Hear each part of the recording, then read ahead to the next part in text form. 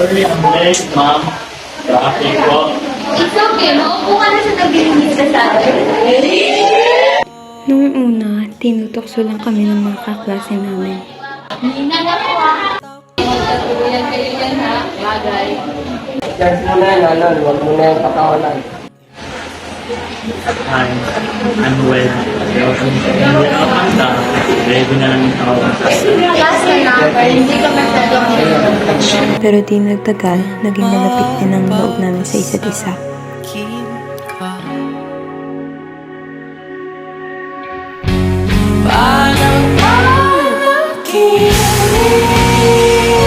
Umamin ka sa nararamdaman mo. Kas, naniniwala ka ba kapag sinabi ko sa'yo gusto kita? Actually, no.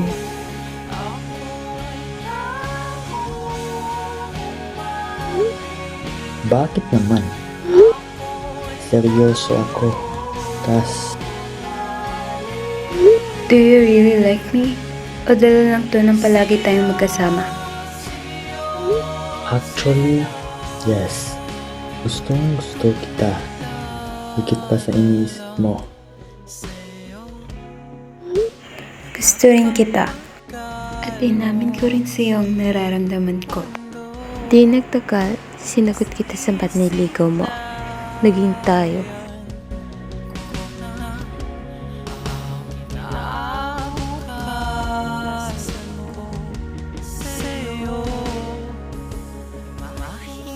Akala ko tatagal tayong masaya. Ted, nakikita mo ba yung future mo? I mean, planning mo? Future. Ikaw lang naman nagbibitang sa future ko. Wait, wala ka bang pangarap para sa sarili mo? Magtatapos tayo. Dahil pa naman yung class, bakit ba natin makabalik? How about us? Wala ka ba talagang plano para sa atin o hanggang dito na lang tayo? Bakit mo ba laging pinapressure? Graduation lang yan. Exactly, graduating na tayo. Magtatrabaho din naman ako agad, ha? Ano ba gusto mo? Wala ka bang mas mataas pa na pangarap? Buhay ko to, Jazz. Hindi mo ako project na kailangang ayusin. Hindi ko alam na nape-pressure ka na pala siya. Magmula nun, hindi niya na ako pinansin. Sinubukan kong kalimutan siya. Hindi ko talaga siya kaya kalimutan. Sobrang sakit na! Hinanda ko ng sarili ko sa posibleng mangyari sa amin. I don't want to explain anymore, Jazz.